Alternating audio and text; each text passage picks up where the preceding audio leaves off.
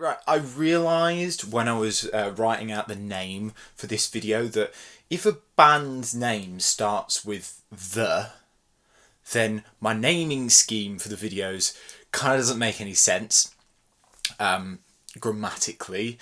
But then I realised I don't care. We're all in quarantine, we're all in lockdown, and a bit of positivity is what we need at the moment. So I think this band is very appropriate. So let's write the 1975 song.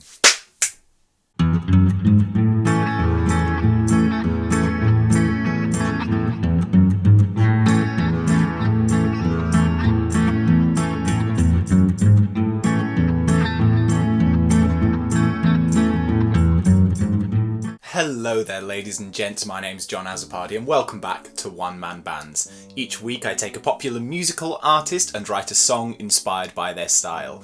So if you like the song that I play you at the end of this video, then drop a like, comment to let me know which band you would like me to do next, and subscribe to see if I do. On Monday I covered the 1975 song Give Yourself a Try, which you can watch up here. It's worth going and watching that video because I'll be referencing the things that I learnt making that cover during this video. Right, the 1975 are a British pop slash rock slash indie slash whatever the hell they want to be band who have grown exponentially over the last decade. They've become one of the most popular and influential bands across the globe.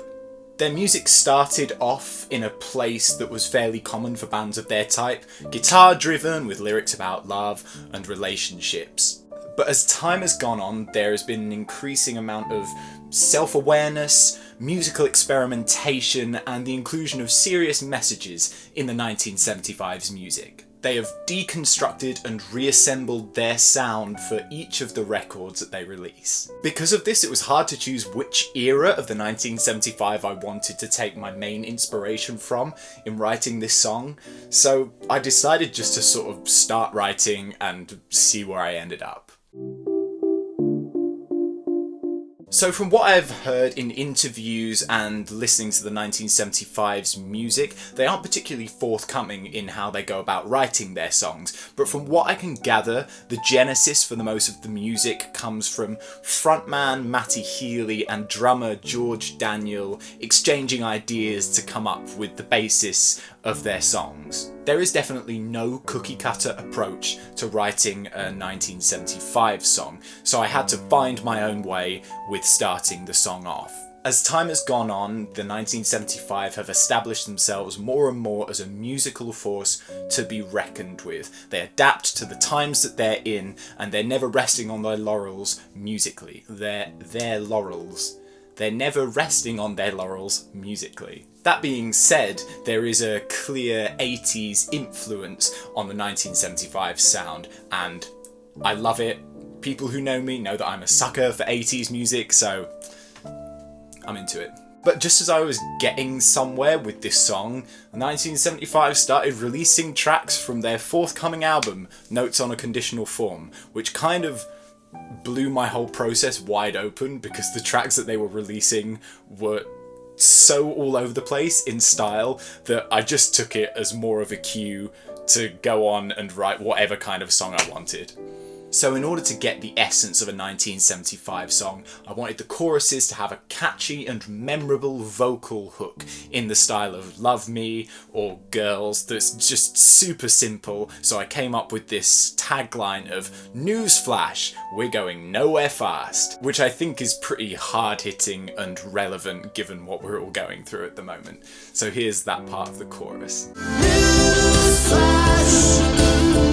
we're going nowhere fast, we're going nowhere fast. I also wanted a guitar riff that repeated throughout the big sections of the song and also between choruses and verses in the same style as Chocolate or Give Yourself a Try, so I came up with this guitar lick to really kick the song off.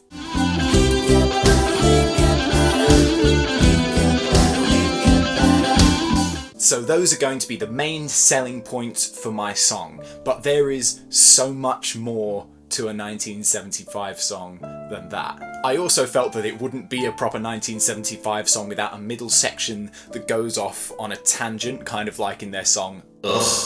So I came up with this keyboard-based part with new chords that I thought would be interesting to go into from where the song was to start with. Take a listen to that.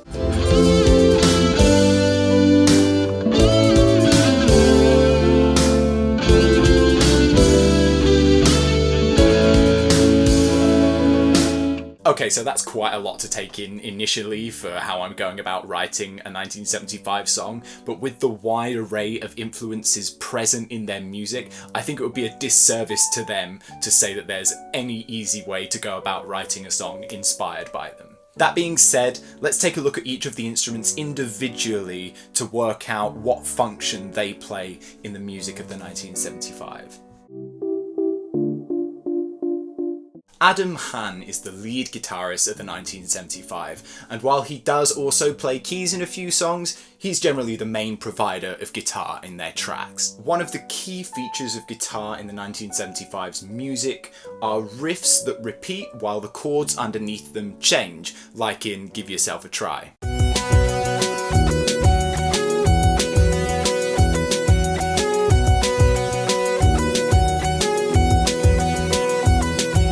So I came up with the riff that I played you earlier for the general hook of the song and wanted a nice lead tone to play it with. So I got this 80s lead tone drenched in chorus, which I think sounds pretty 1975-ish.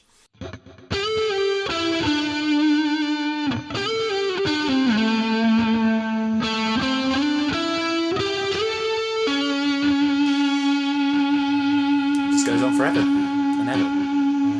It's cool. Rhythm guitar changes from one 1975 song to the next, but one reoccurring theme is that a lot of the chords played will often have notes in common with each other, and then have the lowest notes of the chord moving around. The rhythm guitars also tend to take that title pretty literally. They provide a lot of rhythm, linking in with the drums and the bass to give you something to dance to. They add to the feel of the track.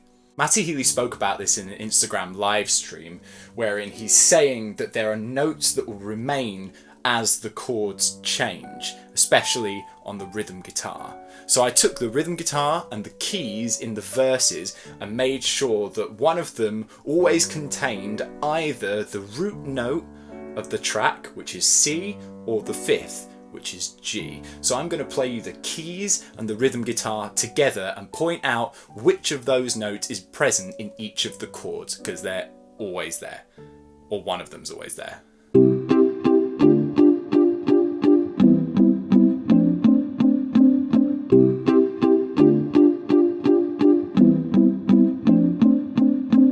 Then to add some extra jazzy spice in the middle section, I took inspiration from their song Ugh, and had this middle section with lots of extended chords on the keys, backed up by the rhythm guitar.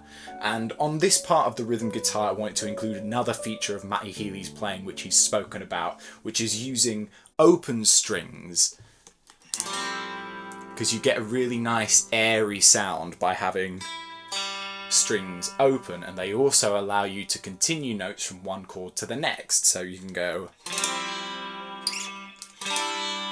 and you've got these same notes ringing out. You can hear this in songs like I Always Want to Die Sometimes, which I think is the example he actually used in that live stream.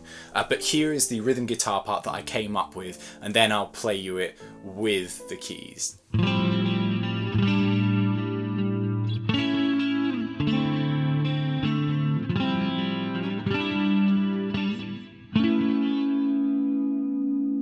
Didn't hit that last note, nearly didn't hit it, but I got there.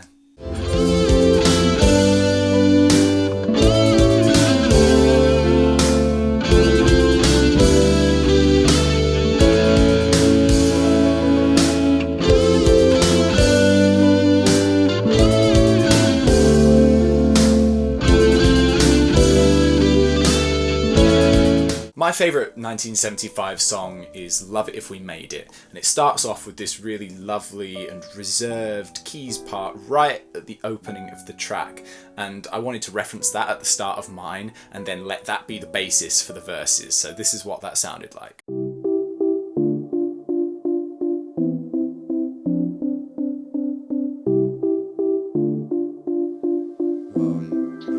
The 1975 have always used keys for parts of the atmosphere in their songs, not necessarily integral to the track itself, but giving you the feel of this dreamy world of neon that they live in. So I put this reverse keys part in just before the chorus.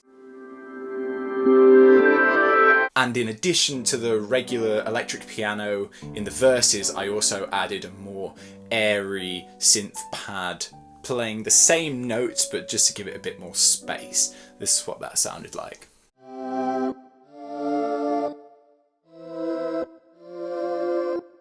So that's how I put the guitar and the keys together. They really carry the melody of this track, so they're super important for any 1975 song. But do you know what else is important? Bass guitar. Ross MacDonald's bass tracks in the 1975's music aren't always flashy, but they are always functional. The bass guitar really links in with the rhythm guitar to show you which chords you're meant to be singing along to, as the lead guitar is normally predisposed with repeating a riff as the chords change underneath it. For example, in Give Yourself a Try, the bass provides all of the harmony while the lead guitar just goes mad playing that same riff over and over again. It's super simple, but it's really effective, and it also links in perfectly with what the drums are doing, so take a listen to that.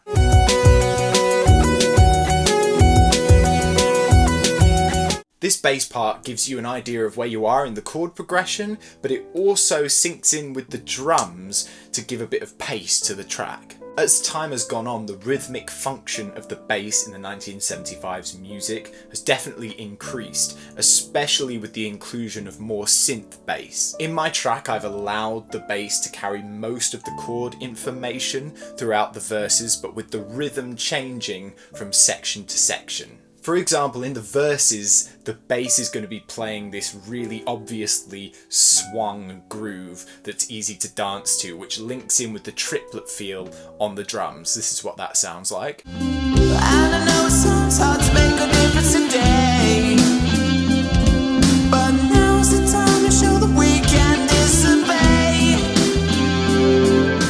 Then in the choruses, where the drums are just playing a 4 on the floor groove, the bass links in with this and just plays quarter notes to drive the choruses and let you know this is the big part of the song. This is what happens in the chorus.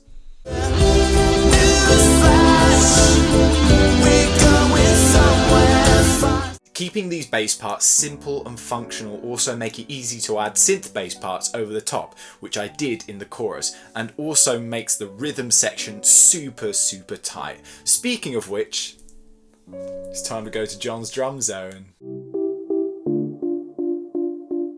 I'm coming. Hello.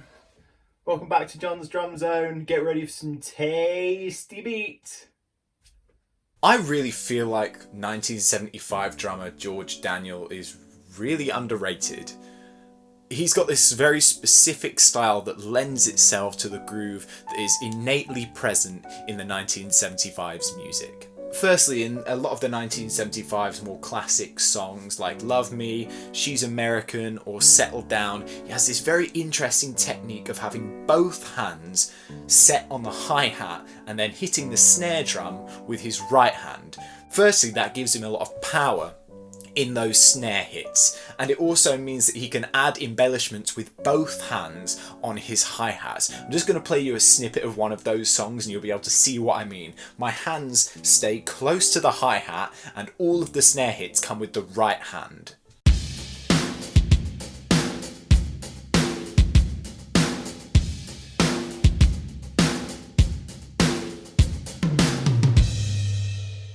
For the verses of my song, I wanted to use that technique because it gives a lot of rhythmic feel. As you've got both hands playing away on the hi-hat, you get more rhythmic information. You know where the song is at any one time. So here is what I went for in the verses.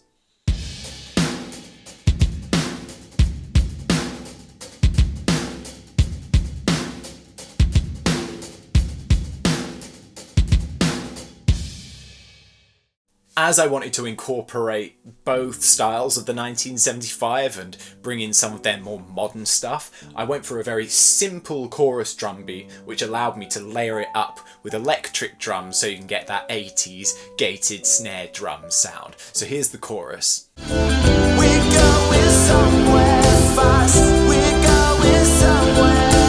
Then for some variation in the middle of my track, I wanted to incorporate another cool part of George Daniel's drumming, which is when he has his hands in the normal position that a drummer would have his hands in, where you've got the right hand on the hi-hat and the left hand on the snare, he will still hit the snare drum with his right hand, often adding small ghost notes, which are just really quiet taps on the snare drum with his left hand. He does this in the chorus of Chocolate, which sounds like this.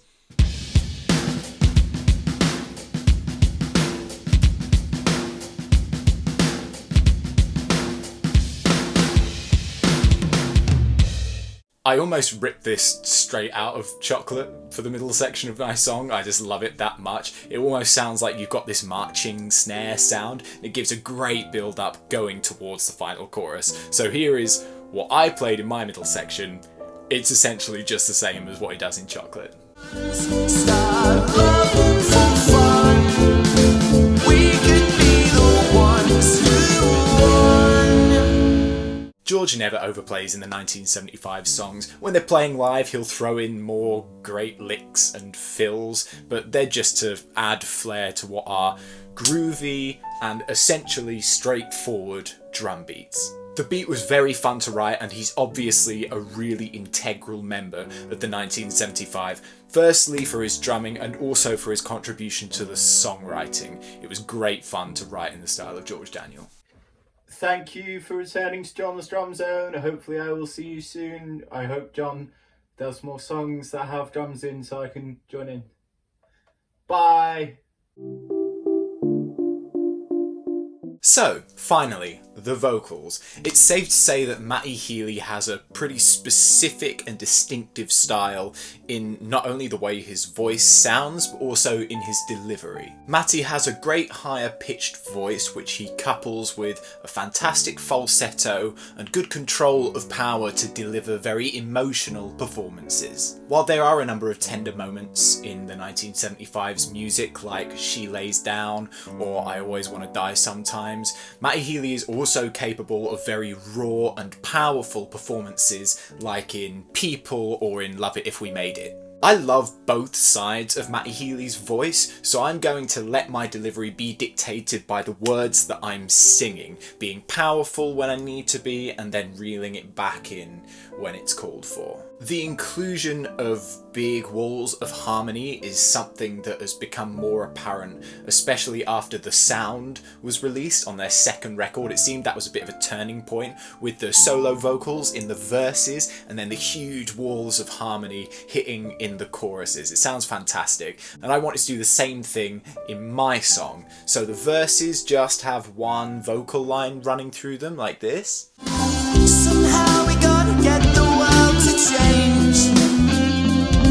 Without a government cover, a president to change the way. And then the key lines of the chorus are doubled and tripled and layered with lots of harmony, like this, especially in the last line. You can hear it there. NEWSFLASH,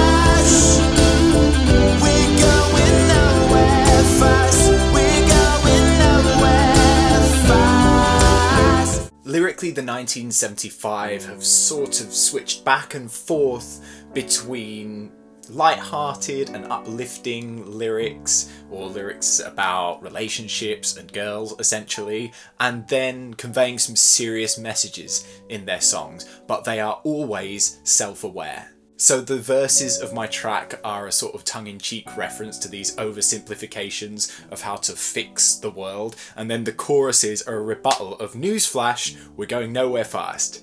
It's not that simple. I try to be at least somewhat self-aware in these lyrics, rather than just singing about girls, but I'm sure with some of the bands I'm going to cover, I'll get the opportunity to do that as well. Right, let's get into the song. I had a ton of fun writing this one, and because of the way the 1975 had developed over the years, it meant that I had free rein to do what I wanted, and that allowed me to write a song that I'm just really happy with. It was loads of fun, it's really uplifting, and it sounds great. I'm over the moon with this one. As ever, if you like the song I'm about to play you, leave a like on this video, comment to let me know which band you want me to do next, and subscribe to see if I do. This is my song inspired by the 1975. It is called Newsflash. Enjoy.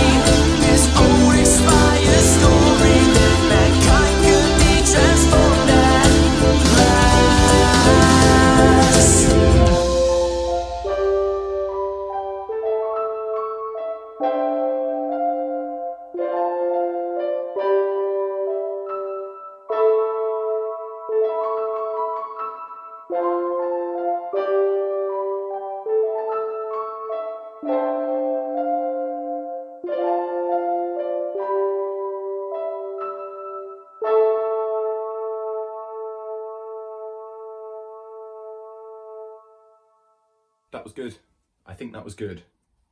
I think that was good.